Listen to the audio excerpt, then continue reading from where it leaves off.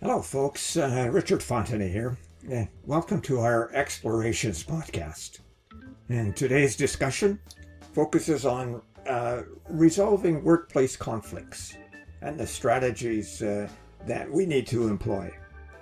So, resolving workplace conflicts is really crucial for fostering a positive, productive work environment.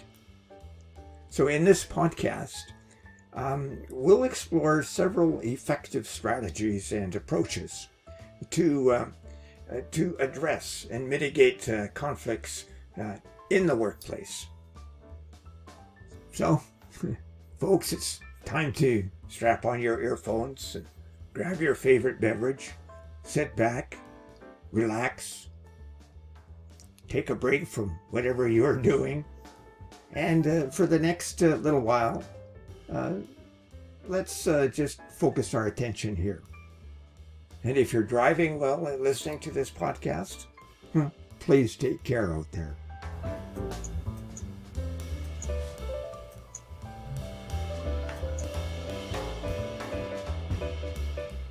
You may have noticed that these podcasts focus primarily on the traditional workplace, or affectionately known as the bricks and mortars places of work.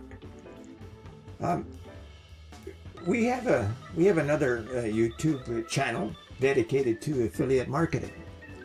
So, although we don't have any podcasts there yet, and they're coming soon, you'll find the link to affiliate marketing with Richard in the description below. Now, before we start, I want to thank all of those who have listened to these podcasts and subscribed to our channel. And I invite you, if you haven't subscribed, to do so. And I do thank you for doing so.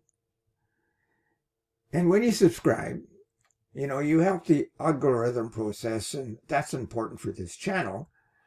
But you also receive notifications about our new podcasts as they are released. So please think about subscribing to this channel. I also encourage you to comment about any aspect of our podcasts and identify topics that you would like us to discuss. Now, you can be assured that we'll follow up with any kind of comments that you make. And, by the way, our podcasts occur every Wednesday, so why don't you join us? Now, in every workplace, conflicts inevitably arise, whether it's due to differing opinions, misunderstandings, or clashing of personalities. However, how we address those conflicts and resolve them can significantly impact our teams and our organization's overall dynamics and productivity. Today, I'll provide some practical insights and actionable tips to equip you with the tools so that you can confidently navigate conflicts and promote a workplace culture where harmony and collaboration reside. Now, my intention is to discuss 4 broad areas. 1, why and how engagement reduces conflict. 2, the importance of strategic imperatives. 3, the place of code of conduct within a workplace. And number 4, how we can bring the best out of each other within the workplace. Now, as we progress through these topics, I will provide a little bit of context, their importance, and identify practical strategies for you to use. Now, this podcast has a lot of content, and so after each topic area, I'll provide a summary slide that captures its essence and what really we were talking about in that segment. So let's get going. Now, the first topic is engagement, and engagement that reduces conflict. Employee engagement refers to employees' emotional commitment and their dedication towards their work, their team, and the organization as a whole. Engaged employees are more motivated and productive, have stronger relationships with their colleagues, and are less likely to engage in conflicts. So understanding why engagement reduces conflict and how it fosters is essential for creating a harmonious workplace environment. So why does engagement reduce conflict? Well, engagement enhances communication, increases trust and collaboration, and leads to higher job satisfaction and improves greater empathy and understanding. Let's take a look at each of these. Engaged employees are more likely to communicate openly and effectively, and thereby reducing the chances of misunderstandings and miscommunication that can lead to conflicts. Engaged employees trust their colleagues and are more willing to collaborate, lead to smoother interactions, and resulting in fewer interpersonal conflicts. Engaged employees feel a greater sense of fulfillment and purpose in their roles, which can reduce frustration and resentment that often fuel conflicts. Engaged employees are more empathetic towards their co-workers' perspectives and can better understand and appreciate differing points of view, reducing the likelihood of conflicts arising from the differences that they may have. So, how do we foster engagement to reduce conflict? Well, here are 5 strategies that you can use. Number 1, you can create a supportive and inclusive work culture where employees feel valued, respected, and empowered to contribute. Number 2, you can offer professional development opportunities and training programs and career advancement paths in order to engage employees and demonstrate a commitment to their long-term success. And 3, you can solicit employee feedback and involve them in decision-making processes to foster a sense of ownership and engagement in organizational initiatives. And number 4, you can acknowledge and celebrate employees' accomplishments to reinforce positive behaviors and encourage continued engagement. And number 5, you can support employees in achieving a healthy work-life balance by offering flexible work arrangements, promoting wellness initiatives, and encouraging time off to recharge. So by prioritizing employee engagement and implementing strategies to foster it, organizations can create a culture where conflicts are less frequent and more effectively resolved, ultimately leading to a more positive and productive workplace environment. Now, here's a slide that covers these points that we just talked about.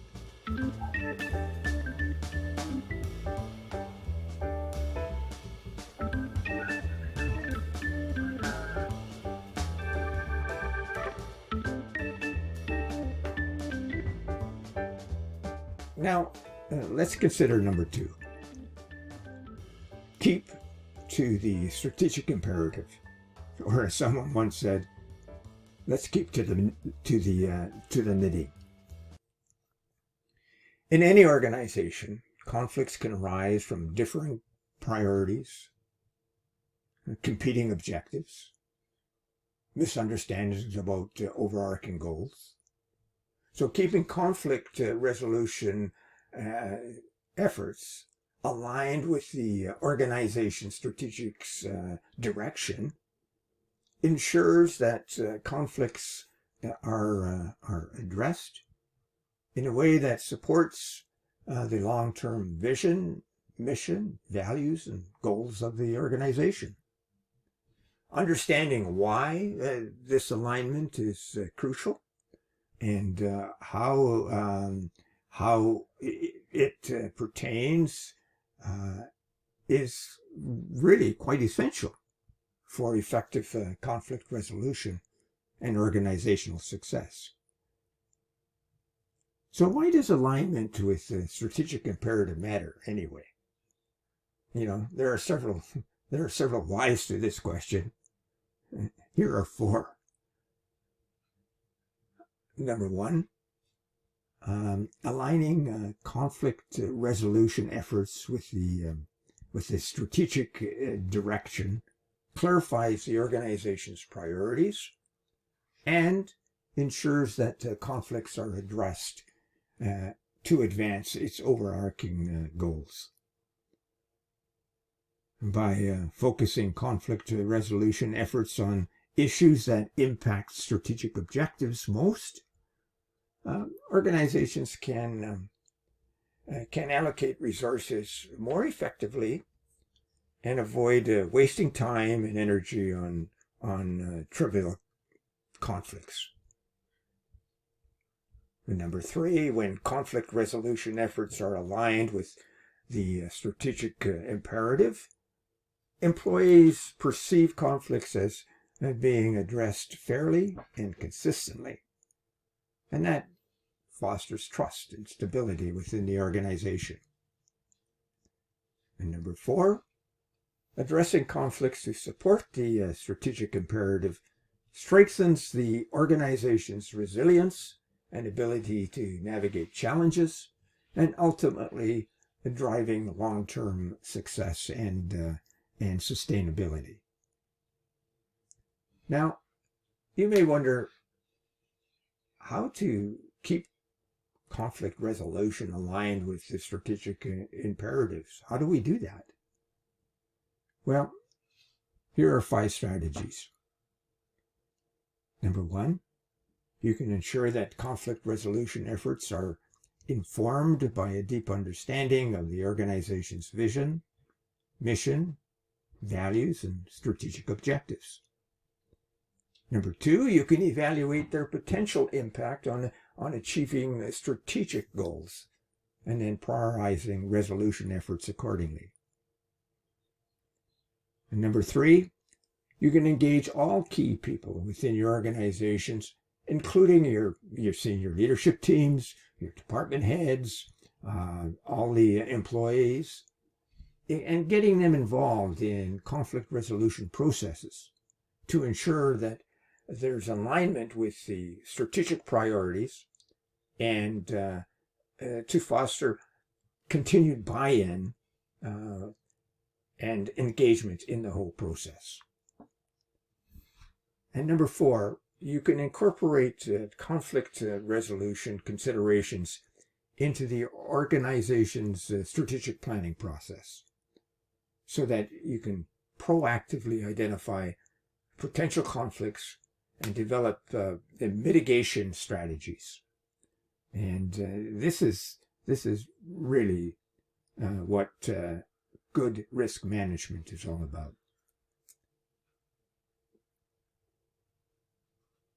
And 5, you can regularly review and assess the effectiveness of conflicting resolution efforts in supporting the strategic direction, making adjustments as you need to ensure alignment and success.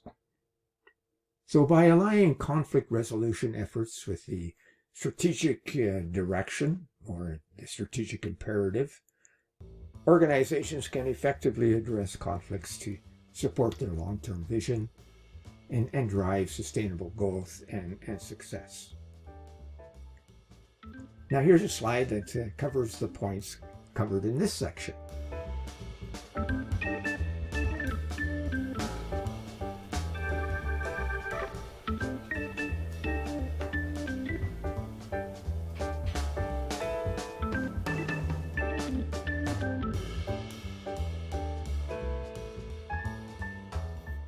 Now we come to number 3, developing a code of conduct based on values for the workplace.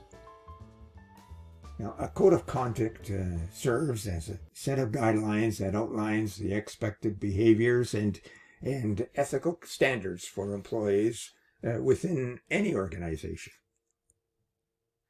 Developing a code of conduct based on the organization's core values really is essential for fostering a positive work culture and promoting integrity and mitigating any kind of conflicts that might arise. So understanding why this alignment is crucial and how to develop and implement values-based code of conduct is essential for creating a cohesive and ethical workplace environment. So why does the values-based code of conduct matter anyway? Well, there are several reasons for this. A values-based code of conduct reflects the core beliefs and the principles of the organization, guiding employees to their actions and decisions, and promoting alignment with the company's overall vision and mission. By clearly articulating expectations for ethical considerations and ethical conduct, a values-based code of conduct helps prevent misconduct and unethical behavior, reducing the likelihood of conflicts arising from breaches of trust or integrity. And values-based code of conduct fosters a culture of respect and trust and accountability, where employees feel they're valued, empowered, and can contribute to a positive work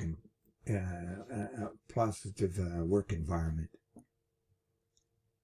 So when employees understand and adhere to a common set of values, the conflicts are less likely to arise.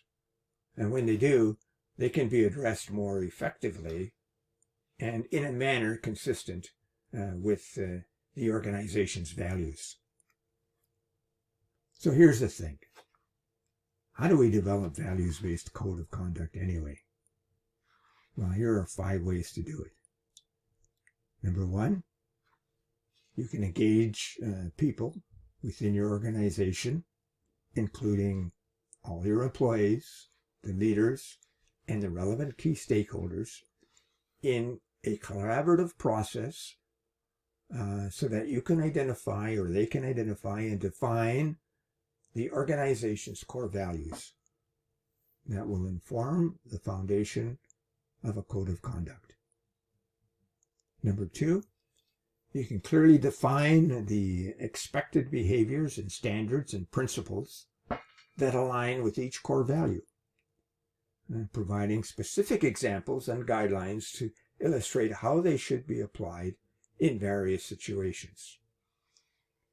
And number 3, you can ensure the code of conduct complies with relevant laws and regulations and industry standards, addressing key areas such as discrimination, harassment, confidentiality, conflicts of interest. And number 4, you can communicate the code of conduct to all employees through various channels, such as employee handbooks, orientation sessions, training programs, and provide ongoing education and training to reinforce understanding and compliance. And fifthly, you can establish procedures for reporting and addressing violations of the Code of Conduct. You can make sure or ensure that that breaches are addressed promptly and consistently, and recognize and reward employees who adhere to the code. So, by developing a code of conduct based on values for the workplace and ensuring its alignment with organizational goals and objectives, you can promote ethical behavior and prevent conflicts and cultivate a positive and inclusive work culture where employees feel valued and respected. Now here's a slide that covers the points that we just talked about in this section.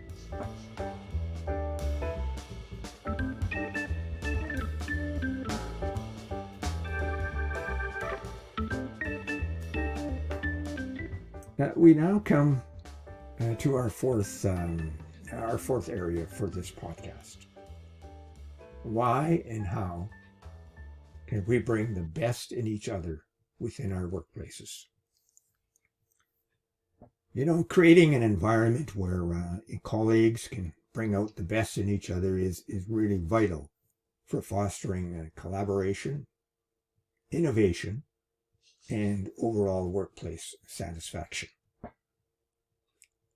Understanding why it's essential to cultivate this supportive atmosphere and how to encourage colleagues to excel is crucial for maximizing individual and team performance, while maximizing and reducing the conflicts and misunderstandings.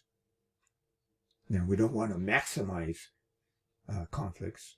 Really what we want to do is minimize them so that we can improve the understanding that we have with each other. So why is bringing out the best in each other important? Well, here are 4 key reasons. 1, when colleagues support and encourage each other, they are more likely to collaborate effectively, leverage each other's strengths, and achieve superior results as a team. Number 2, feeling valued and appreciated by colleagues boosts motivation and engagement, leading to higher job satisfaction and productivity. And number 3, building a culture of mutual respect and support fosters stronger relationships among colleagues and creating a positive and cohesive work environment where conflicts are less likely to occur. And number 4, encouraging colleagues to bring out the best in each other fosters a culture of continuous learning and improvement, where individuals feel empowered to develop their skills and reach their full potential. So now let's move to the different ways in which those workplace components can, so that we can bring out the best in each other. I must say, though, that it requires effort on the part of everyday leader. The everyday leader really is the force behind this and needs to encourage colleagues to recognize and collaborate with each other and each other's achievements, their milestones, and foster a way of improving the culture of appreciation and recognition. Number 2, they need to offer constructive feedback and support to help colleagues identify their strengths and areas of improvement, and fostering a culture of continuous learning and growth. And number 3, leaders need to create opportunities for colleagues to collaborate on projects and share knowledge and expertise and leverage each other's strengths and achieve common goals. And number 4, and this is pretty important, everyday leaders need to empathize and through their demonstrated behavior that they respect and that they have integrity, that they engage in a way in which their own integrity and workplace interactions are prevalent, and thereby serving as a role model for positive workplace behavior. And number 5, you can encourage colleagues to mentor and coach each other, sharing knowledge, skills, and experiences to support each other's their own professional development. And number 6, you can foster a safe and inclusive work environment where colleagues feel comfortable expressing themselves, sharing ideas, and seeking support from each other. And number 7, you can embrace and celebrate the diversity of perspectives, backgrounds, and experiences among colleagues, recognizing the value that each individual brings to the team.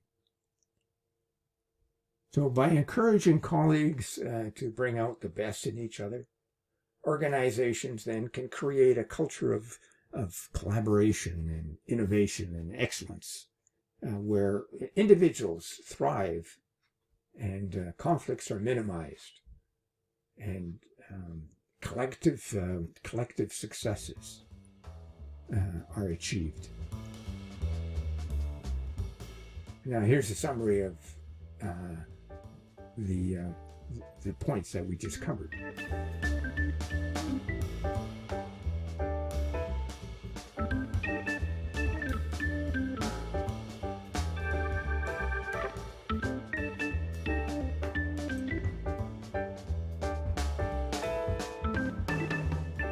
So now that we've explored the effective strategies for resolving workplace conflict, it's time to put our learnings into action. This isn't pie in the sky, but something we can all implement. Now, here are some steps you can take to promote a positive and harmonious work environment in your organization. You can assess your current practices. So take a moment to evaluate your organization's current approaches or your team's in conflict resolution. Identify areas of their strengths and opportunities for improvement. You can implement engagement initiatives. So foster employee engagement by providing opportunities for professional growth, open communication, and recognition of achievements. And encourage team members to share their ideas and feedback openly. You can work towards aligning and making sure that your strategic goals are aligned with your strategic imperatives. So you want to ensure that your conflict resolution efforts are aligned with your organization's strategic direction or the strategic imperatives, and prioritize conflicts based on their impact on organizational goals and objectives. And you can develop a values-based code of conduct.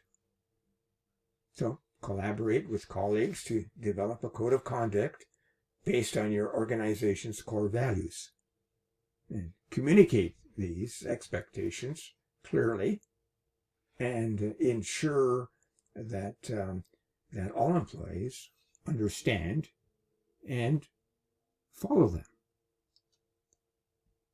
You can encourage supportive behaviors. So promote a culture of mutual respect and empathy and collaboration among colleagues. And encourage individuals to bring out the best in each other by offering their own support and constructive feedback and breakthrough solutions and recognition of accomplishments. You can continuously educate and improve. Provide ongoing training and education in conflict resolution techniques. Pardon me. Communication skills and ethical conduct. Regularly assess and refine your conflict resolution processes in order to ensure that they're effective. You can lead by example.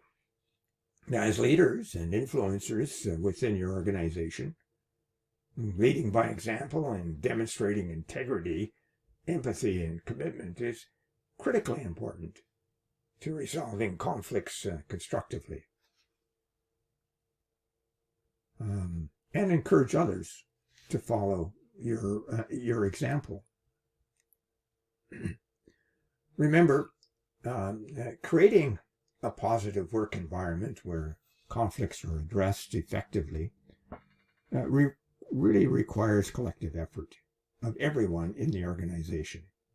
Now, we can create workplaces where everyone can thrive by implementing these strategies and fostering a culture of respect, collaboration, and shared purpose. But everyone needs to be involved in that process. So, take the first step today towards building a healthier and more productive work environment for yourself, for your colleagues, and for everyone within the organization. And together, you can make a difference. Fostering a positive and collaborative work environment is essential for success of any organization. And throughout this podcast, we've uncovered various strategies and approaches to address conflicts, I hope effectively, and ultimately contributing to a culture of harmony and productivity and mutual respect. Now, from understanding the importance of employee engagement and conflict reduction to aligning conflict resolution efforts with your strategic direction or your imperatives, developing a values-based code of conduct and encouraging colleagues to bring out the best in each other, we've explored a lot of practical insights and actionable steps to navigate those conflicts with confidence and integrity. It's crucial to recognize that conflict in the workplace is not inherently negative as well. When managed effectively, conflicts can serve as a catalyst for growth and innovation and positive change. It's really related to the mindset we have and seeing conflicts from time to time, not in a negative framework, but in a positive framework. And by approaching conflicts then with empathy and open communication and a commitment to shared values, you can begin to transform challenges into opportunities for learning and collaboration. And as we move forward, let us commit then to implementing the strategies that we discussed in this podcast in our workplaces, wherever they may be. And let's prioritize engagement, strategic alignment, mutual support, fostering environments where individuals can thrive, and conflicts are resolved constructively and collective success is achieved. Remember, the journey to resolving workplace conflict is an ongoing process. It requires continuous effort, communication and collaboration from all the organization members. By working together and embracing a culture of respect, understanding, and shared purpose, we can create workplaces where conflicts are rare, but when they do arise, they are addressed swiftly and effectively, leading to stronger teams, happier employees, and greater organizational success. Now, thank you for joining us on this journey today and subscribing to this channel. Here's to building healthier, more productive work environments where everyone can flourish. So let's meet again next week when we begin to explore what strategic planning is all about, both professionally and personally. Bye for now. See you next week.